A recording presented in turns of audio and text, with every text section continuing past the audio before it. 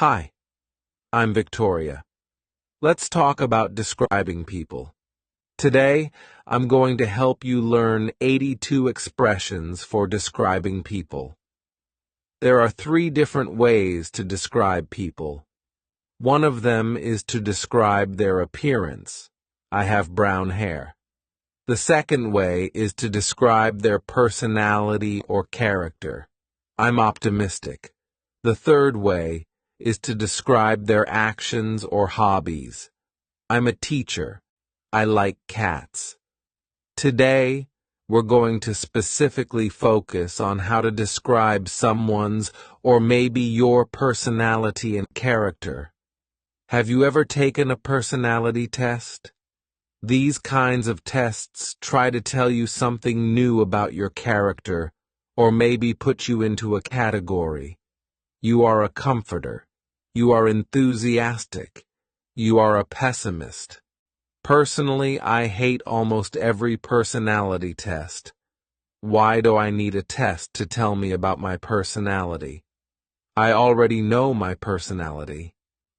You probably learned a lot about me just from that statement. I don't need a test. I don't need someone else to tell me about my personality. Having said that, sometimes personality tests can be really helpful for expanding your vocabulary so that you can accurately describe people. Maybe you just got a new job and you want to tell your husband about your boss. You want to explain your boss's character, or maybe how your boss looks, or some things that your boss does. Or maybe you're on a first date with someone and you want to tell them the wonderful things about your personality. You need to describe yourself. In this lesson, I'm going to give you the vocabulary to accurately describe other people and also yourself. Today, I want to ask you 6 questions to learn more about your personality. The goal is to choose some of these nouns and adjectives and create a sentence or maybe a couple of sentences describing yourself. If you feel like this is too personal, you can kind of create a list for someone else in your life. At the end of this lesson, I have some extra special material. You're going to see a conversation with 5 native English speakers where we try to describe each other. Hopefully, this will help to also expand your vocabulary, but you'll have to wait until the end of this lesson. All right, let's get started with the first question on this personality test. Personality test question number 1. Are your travel plans generally organized? What about your home and office? Are they pretty tidy? Tidy means clean. Things are orderly. Think about this for a moment. Organized. Tidy. Does this describe you? Think about this for 3 seconds. Choose yes or no. 3, 2, 1. Let's say you decided to say yes. My travel plans are generally organized. My home and office are pretty tidy. Some great adjectives we can use to describe you. I'm organized. I'm put together. I have it together. Here, we're talking about your life. You have your life together. It is organized. I'm organized. I'm put together. I have it together. Or you might say I'm a type. A type is compared to B-type, which we'll talk about in just a moment. A type means that you are quite orderly. There is a place for everything in your life. You might also add a qualifier to some of these expressions. I'm somewhat A-type. I'm kind of A-type. I'm pretty A-type. Here, we're lessening it a little bit. You're not 100% A-type. You're not 100% organized. I'm somewhat organized. Okay, That's fine. Most of us are kind of in the middle of a lot of these categories, so it's good to use these qualifiers. I'm somewhat organized. You might also say, if you said yes to this, that your travel plans are generally organized. You might say, I'm a doer. Doer. Here the root word is do. You do things. You don't just think about them and wait for something to happen.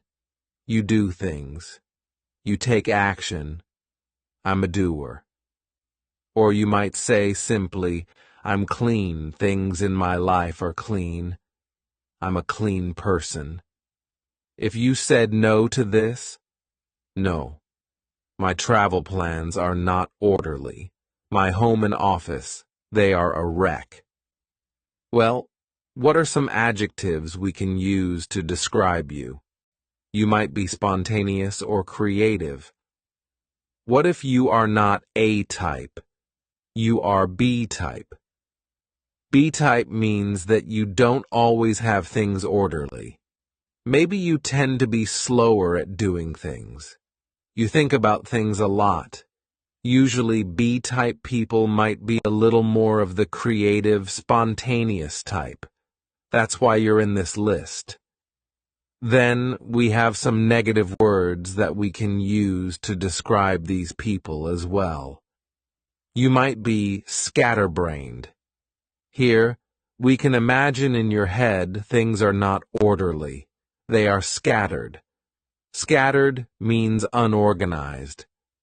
If you say to someone you are scatterbrained, it is not nice. You could say it about yourself. That's fine. I'm scatterbrained. But you don't want to say that about someone else. During today's lesson for these words that are definitely rude to say to someone else, I put a little star beside it so that you know I should probably be careful saying this to other people because these are always negative.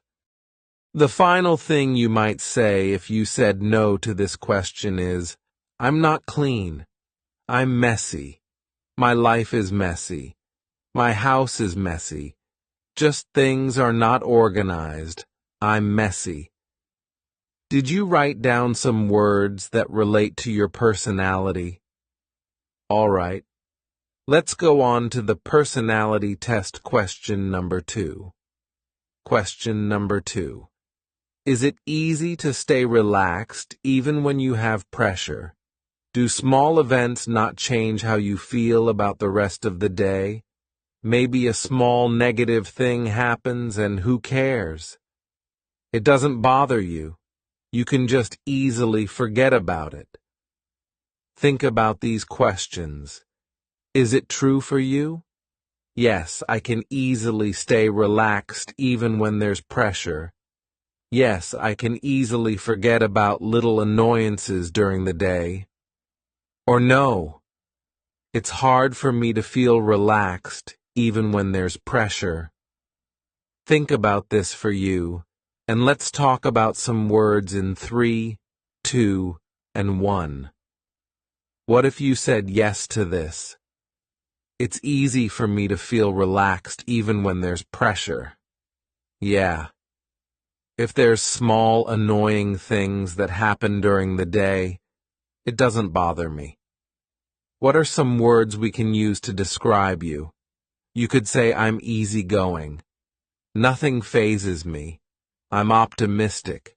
I'm even-keeled. We talked about this word in a previous lesson where Daniel and I talked about our relationship, our marriage together. He said that I'm even-keeled. This is a great word.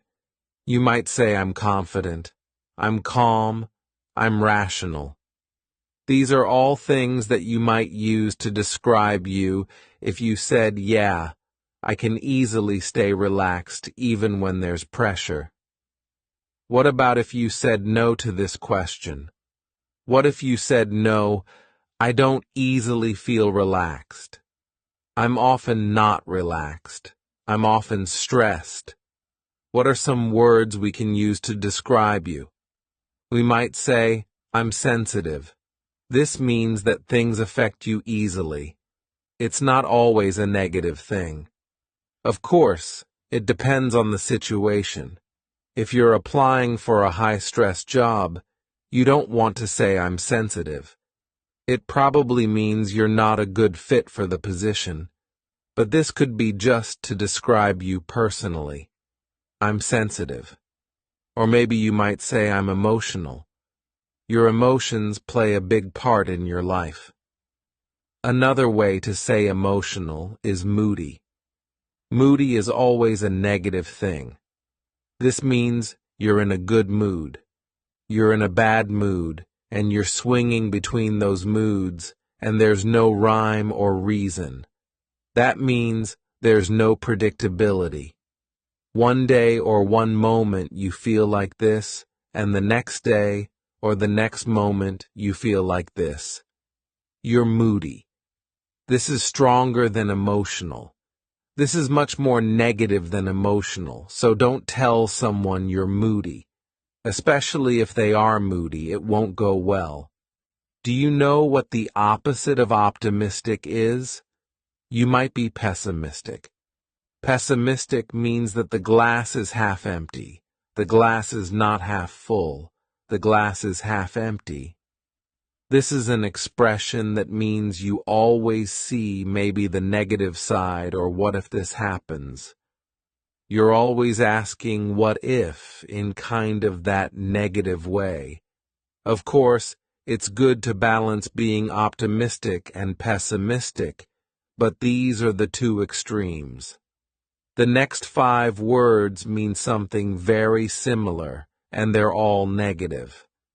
I don't recommend telling someone else that they are these things. Of course, you can say them about yourself if you would like. You might say, I'm uptight. Tight. We can kind of imagine something inside of you is maybe twisted or tight, and inside of you, you don't feel relaxed.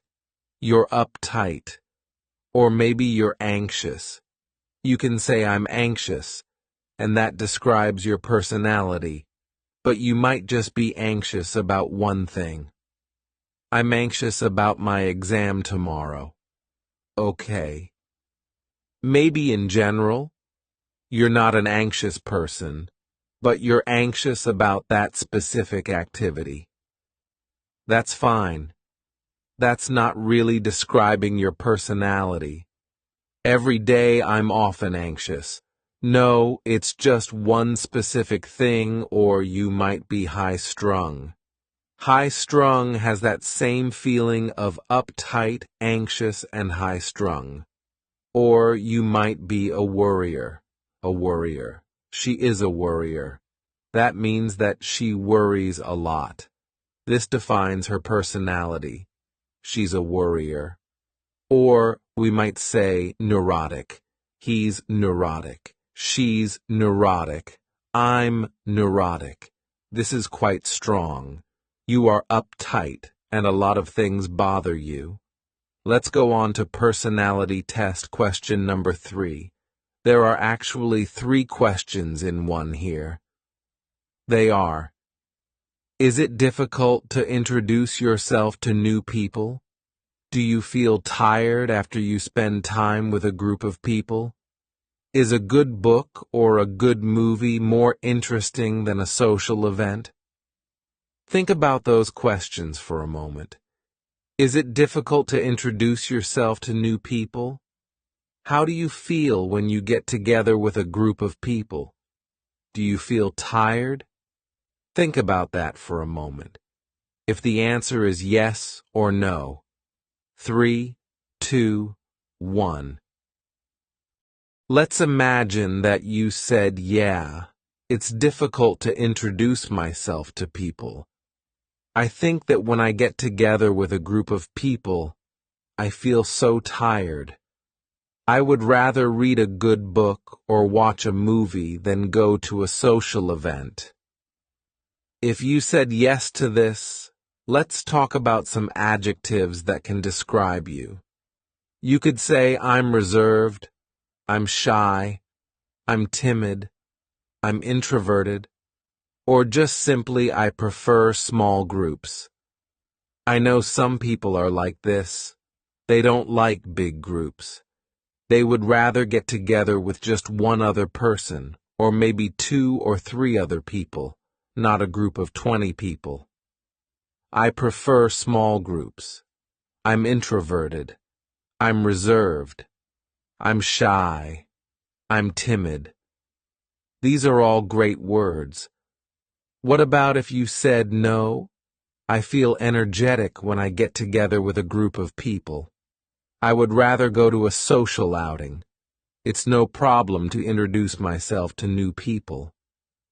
What are some words we can use to describe you? You could say, I'm outgoing. I'm the life of the party.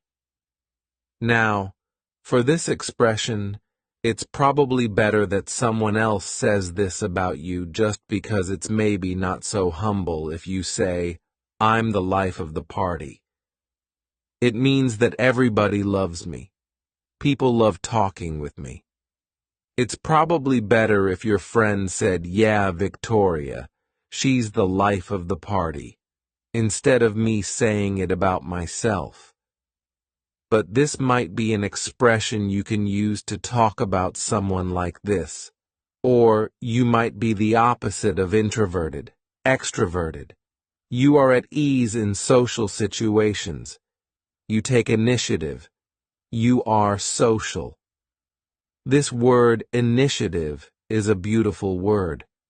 We can imagine that when there are 2 people maybe in a gathering and they both are kind of looking at each other, but they don't really want to start a conversation. The person who starts the conversation, that person takes initiative. They took that opportunity. If you have no problem introducing yourself to other people, or maybe asking questions at a store, you take initiative.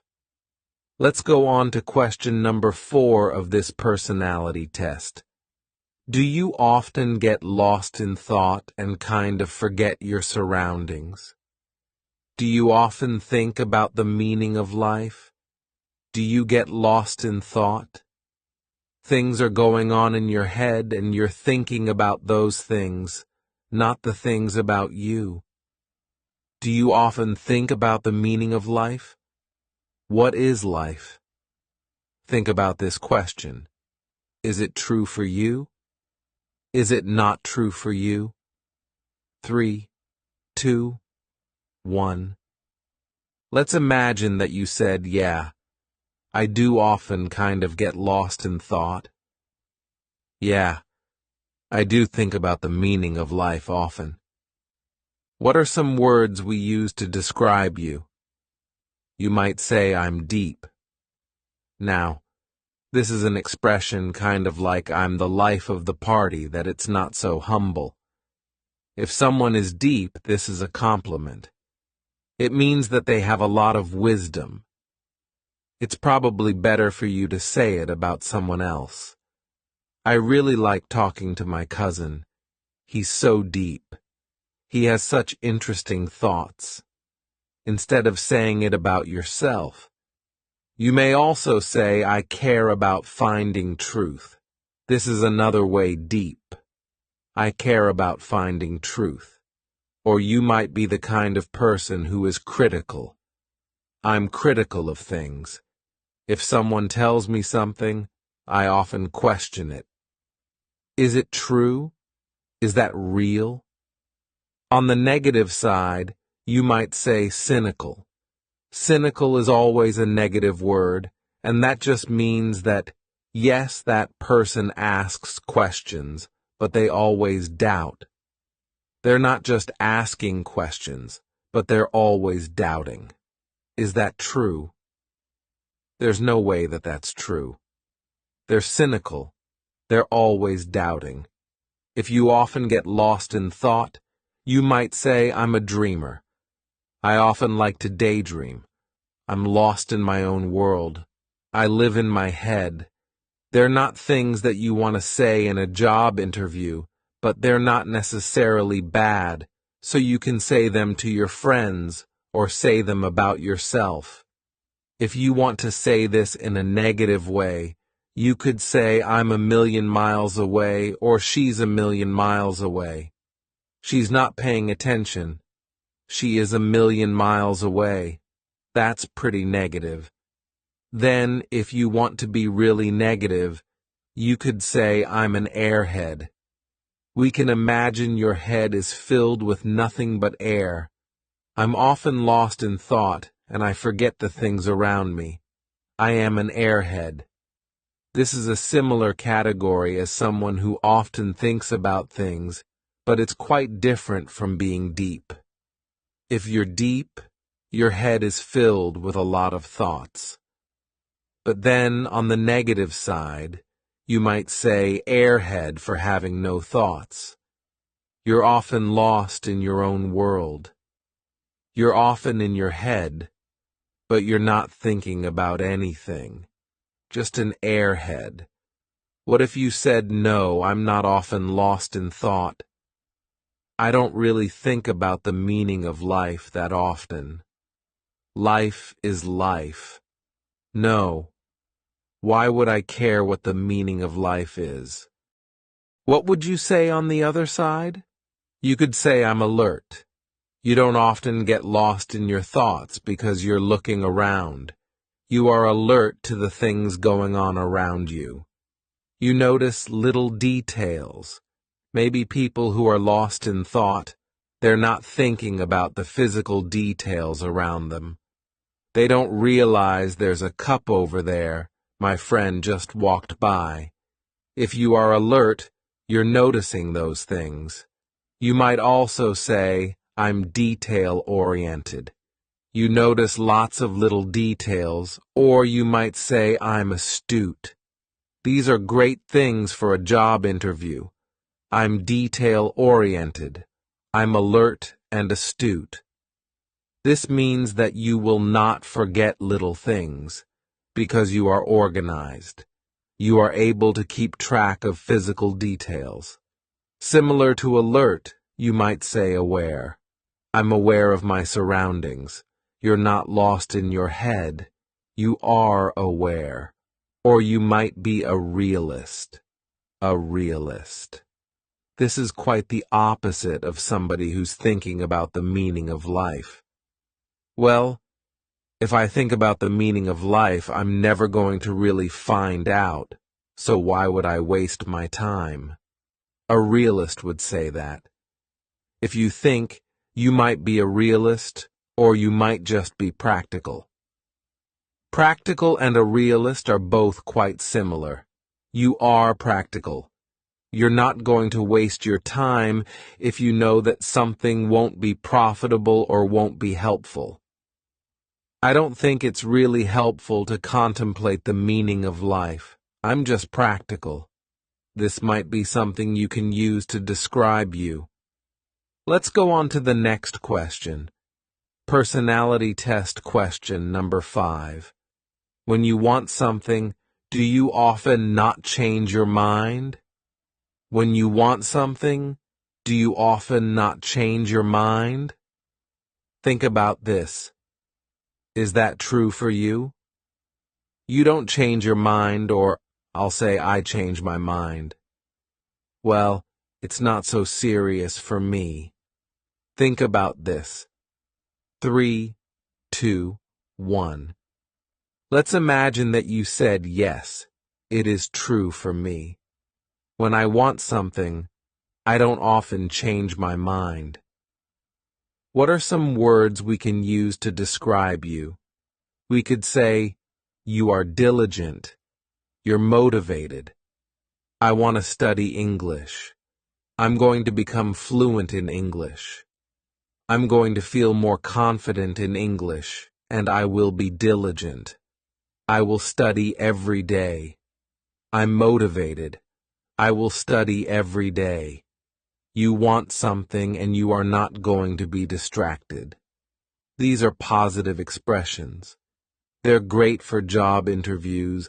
They're great general personality traits. There are some negative ways to describe this as well, though. You might be stubborn. We have a lovely idiom, stubborn as a mule. Or we might say you are headstrong. Headstrong, this means stubborn. When you want something, you often refuse to think about other options. I want this. I want this. I want this.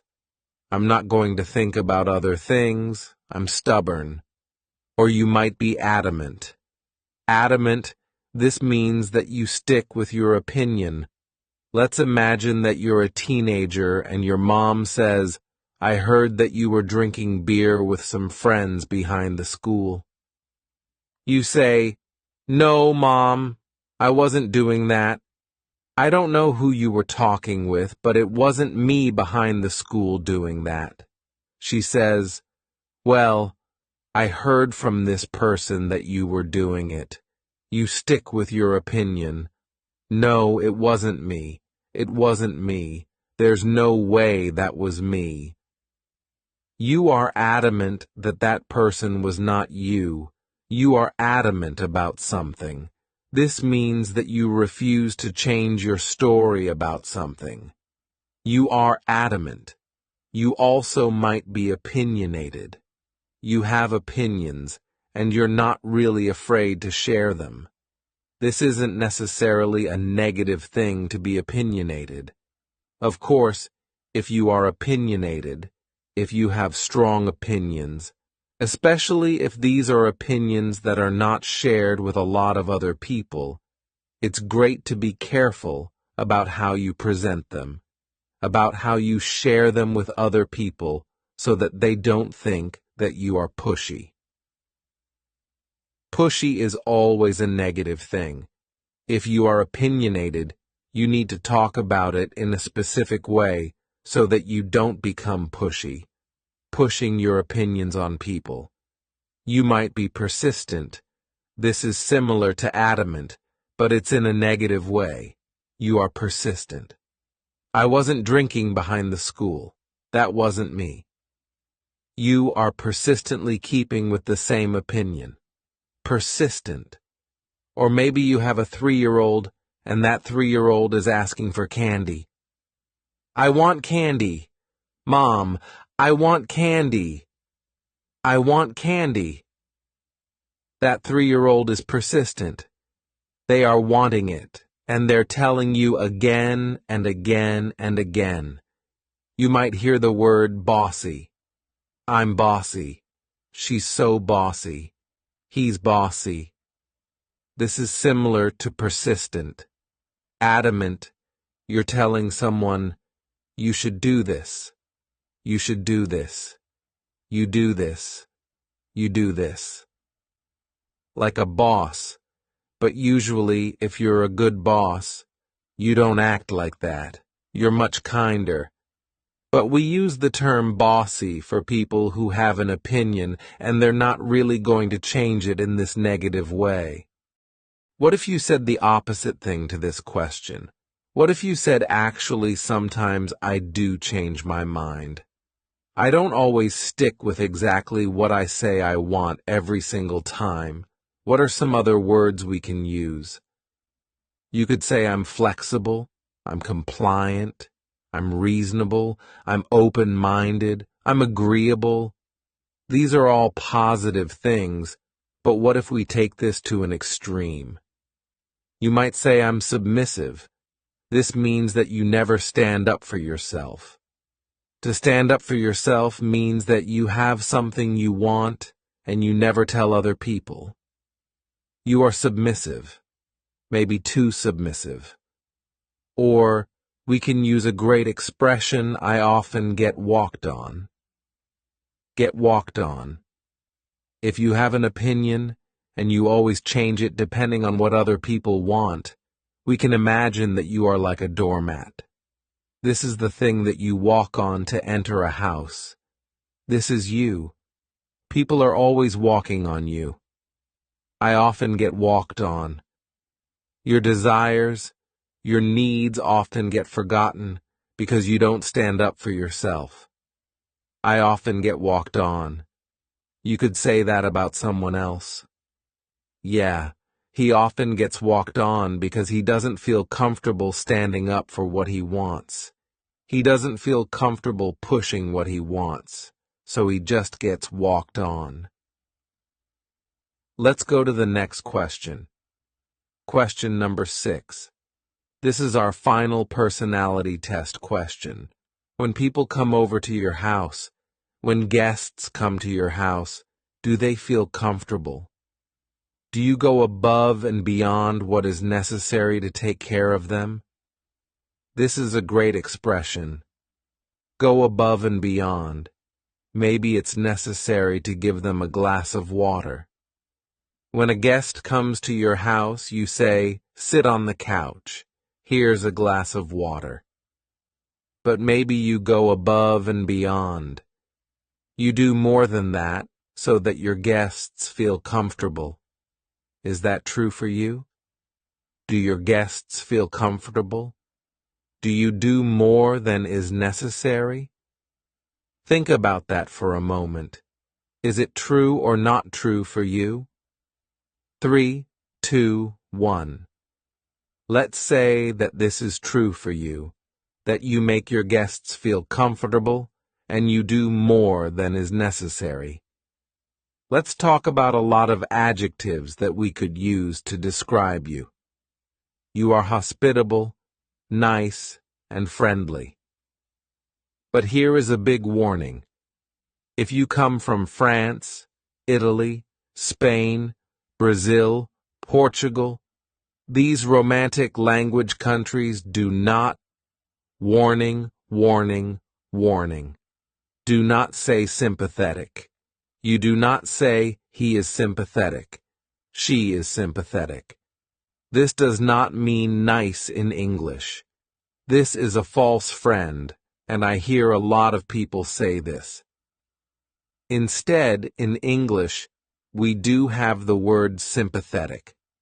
This means that maybe your brother lost his job, and when you go over to his house, you bring him some flowers, and you bring him a meal, and you sit down and talk with him. You talk about that difficult, hard time in his life because you are sympathetic to his difficulty. We usually have a difficult situation happening, and you didn't personally experience that difficult thing, but you feel his difficulty. You feel his pain. You are sympathetic. Here, we're using it in a completely different sense than friendly. Friendly just means you're nice. But if someone has a difficult situation, you are sympathetic to their problem. You understand. I think my brother is really sad right now. He's probably worried about the future. You are understanding his difficult times. I hope I explained this word sympathetic so that you do not use it and say, "Victoria, you're so sympathetic." No, no, no, no, no. Don't use that. What are some other words we can use? You could say, "I'm compassionate. I'm considerate. I'm generous." This means you give maybe your time or your money to other people. You could say, "I'm warm. I'm warm-hearted." This means that people feel this warm feeling when they're with you. They feel like you're such a friendly person. You could say, "I'm helpful. I'm down to earth." Down to earth is an expression that we use to mean you are relatable. People feel like your life is not so different from theirs. You often hear this word described with celebrities. Celebrities, movie stars, they have lives that are much different than our own, so they seem kind of untouchable, so different, but maybe there is one celebrity who relates to the problems of normal people. Someone might say, "Yeah, she's really down to earth. She's down to earth. Her feet are on the earth. She's down to earth." Or you might say she's sincere. She's genuine. She's really herself. She's not faking it. She's dependable, or I'm dependable. Your friends know that they can depend on you. What if you said no to this? I imagine that you probably didn't say no to this about yourself, but you probably know somebody like this. Let's talk about the opposite. Someone who is maybe not so generous, not so considerate, or so friendly. Let's talk about the opposite. Maybe you know someone who is unpleasant. This is a little bit of a nicer way to say they're so annoying. They're such a terrible person. You could just say, yeah, he's kind of unpleasant. I don't really like working with him. Unpleasant. Or someone might be selfish. They're not generous. They don't like to go above and beyond. They're kind of selfish. Or maybe you know someone who is self-centered. The world revolves around their life. They are self-centered. Their self is the center of the universe. They're self-centered. How did you do? How did you answer all of these 6 personality test questions? I hope you wrote down some adjectives that you can use to describe yourself. Write that sentence down in the comments. But before we go, I'd like to share some extra material with you today. You're going to see 5 native speakers. They are 3 friends, plus my husband, plus me. We are attempting to describe each other. I sat down with each of my friends individually and asked, how would you describe this person? How would you describe that person? I didn't tell them specifically to describe their personality or their character, but you'll see that a lot of these people, they did describe their physical appearance a little bit. But most of these descriptions had to do with their personality or character. You're going to hear some of the words that we just talked about, and maybe you'll hear some new words as well. Let's start with my friend Eliza. You're going to meet Eliza, Hazel, Laurel, and Daniel. They're going to be describing each other. Let's see what everyone has to say about Eliza. Let's watch. Eliza. Hi, I'm Eliza. Hazel. Gosh, Eliza is witty and sarcastic to a fault. Victoria. I'd say so. Hazel. She's super inquisitive and very literate. I'd say that's a very good description of her. Victoria. For sure. That's something that I first recognized about Eliza is she's really inquisitive. She asks great questions. Hazel. She's curious about life. Yeah, I'd say she's adventurous for some things like travel or things like that. Not so much food. She's very loyal friend. Laurel. Eliza is very sarcastic and smart, quick-witted. She's funny, and she has nice, pretty long brown hair. Victoria. That's true. Daniel. I would describe Eliza as very curious. Out of many people I know, not many people will ask you questions a lot. When Eliza asks you a question, she'll ask more and more questions, which I'm not hating on. I think it's great. She's also very assertive.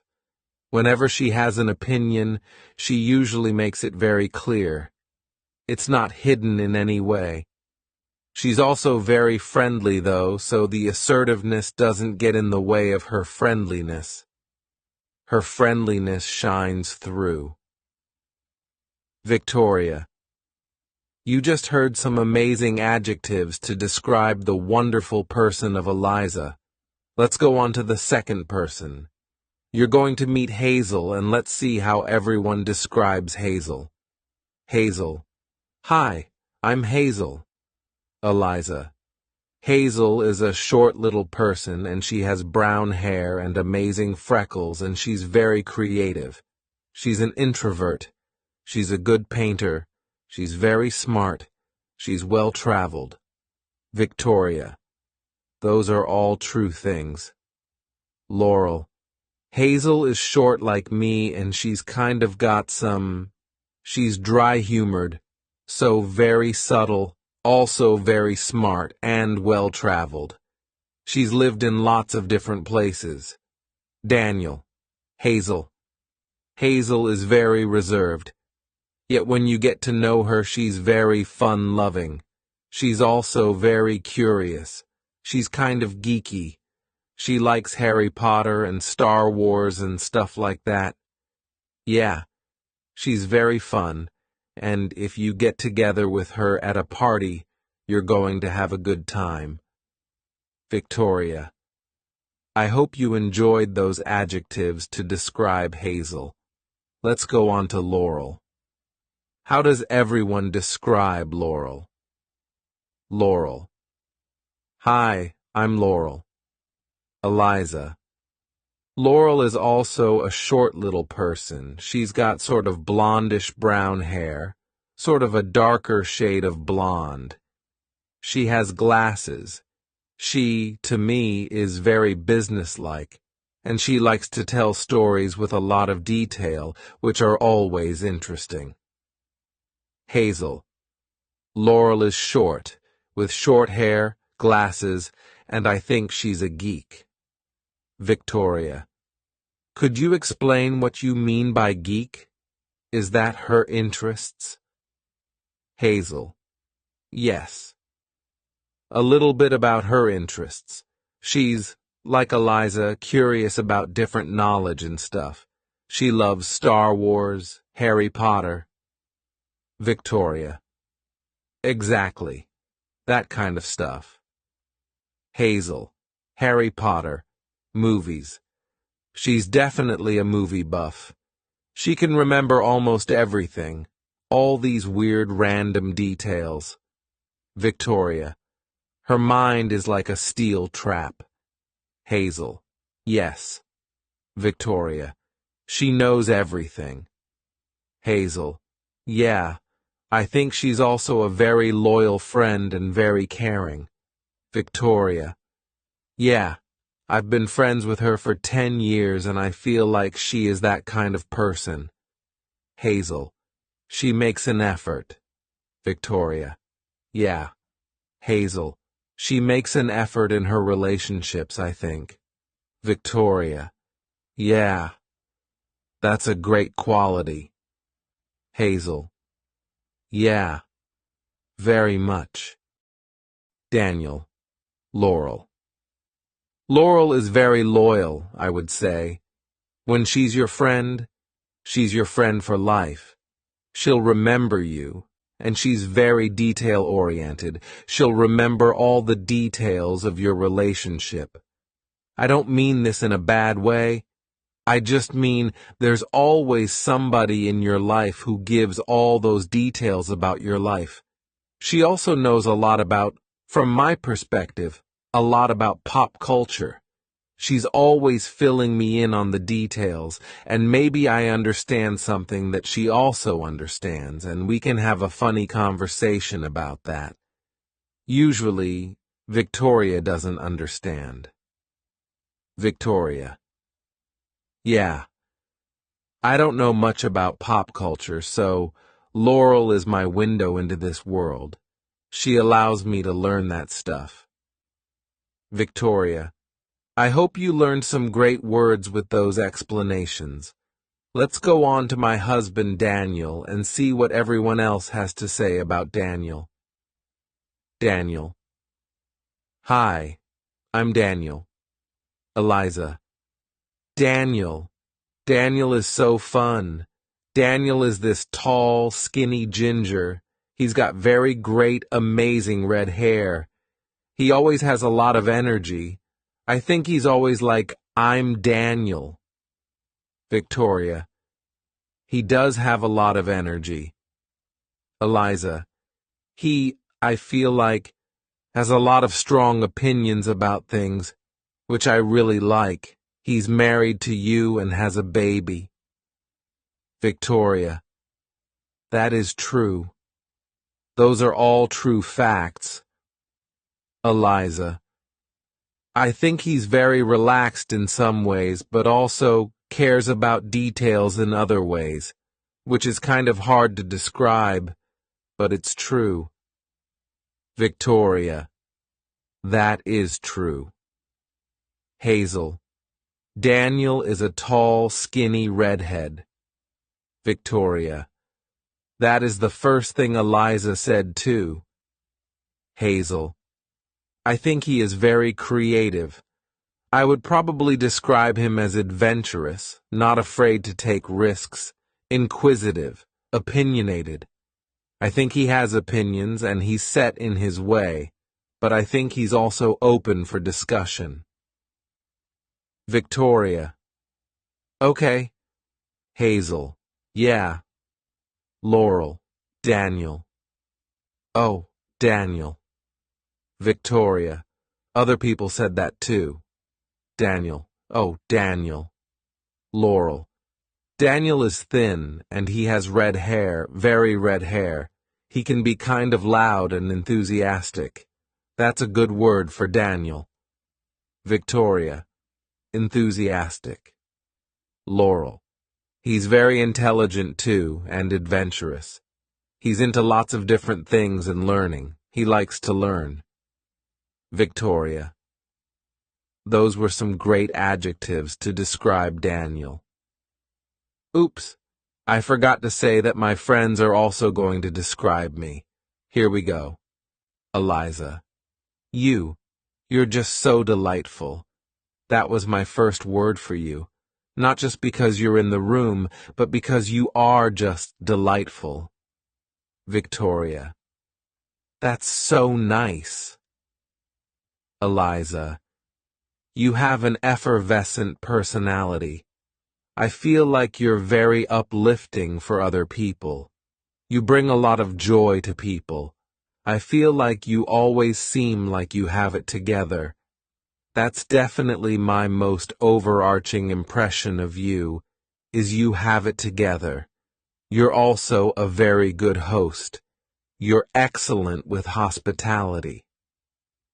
Victoria. Thank you. Eliza. Obviously, we share a love of reading, so I know that you're very well read. I like that you get very interested in specific topics. Victoria. Whenever the topic. Eliza. Whenever we read a book, she's like, I went and did research, and I found this out and this and this. It was just very interesting. Victoria. I think that's quite true that when I'm interested in something, I'm really interested. Eliza. You go all the way. Victoria. Just go into it. Yeah. Well, thank you for your kind words. Eliza. Yes. Hazel. Victoria. Victoria. Tell me what you think. Hazel. I think you're probably one of the kindest people I've ever met. I think you're just very genuinely nice. Victoria. Thanks. That's really sweet. Hazel. I could be wrong. Victoria. You know when you're not around, Hazel. I'm evil. Hazel. I think you're also very inquisitive and very literate. Victoria. I like to read. Hazel. I think you are very curious about the world and people like this. I think where you and Daniel fit well together, he seems super creative, comes up with ideas, but you're very good at implementing ideas. I think you're good at keeping people on task. Victoria. Okay. Hazel. Focusing on the point. Victoria. Yes. Hazel. I think you need that. You run your own business, so I think that is a good quality. Victoria. Yeah, got to be able to focus. Hazel. Yes, exactly. Victoria. That's great. Hazel. I think you are very good at having fun, but also getting the work done. Victoria. Being serious when I need to be serious. Hazel. Exactly. Laurel. Victoria is kind and warm and likes to learn as well, well-traveled also, and you have pretty brown hair too. Victoria. Thank you. Daniel. Victoria. Victoria. No pressure. I'm your wife. I'm sitting right here. Daniel. Number 1 adjective is wonderful. Victoria. Thank you. Daniel. Victoria is probably the nicest person on earth. By nicest, I mean almost just like sincere. She's always very sincere, very caring, very curious, always sincerely interested in most people's topics. Like I'll hear even a boring person say something and she'll be like, oh, well, very interesting. I don't think she's making it up either. I think she's seriously very interested. Victoria. Yeah, life is interesting. Everyone has something interesting if you listen close enough. Daniel. Yes. She's also very fun-loving. You can do a lot with her. Obviously, I like Victoria a lot because I decided to marry her. Victoria. I'm glad you like me a lot. Daniel. We get along very well, and I like about 99% of Victoria. Victoria. Thank you. I won't ask about the 1% yet. I hope you've enjoyed today's long, intense English vocabulary lesson. Now I have a challenge for you. In the comments below this video, I want you to try to write a sentence or 2 or 3 describing yourself, or maybe describing someone else in your life. Try to fill it with these wonderful adjectives. Some of these are nouns as well, to describe yourself. It's a great way to remember them. Try to ingrain them in your memory. Thanks so much for learning English with me, and I'll see you again for a new lesson here on my YouTube channel. Bye. Don't forget to subscribe to my YouTube channel for more lessons. Thanks so much. Bye.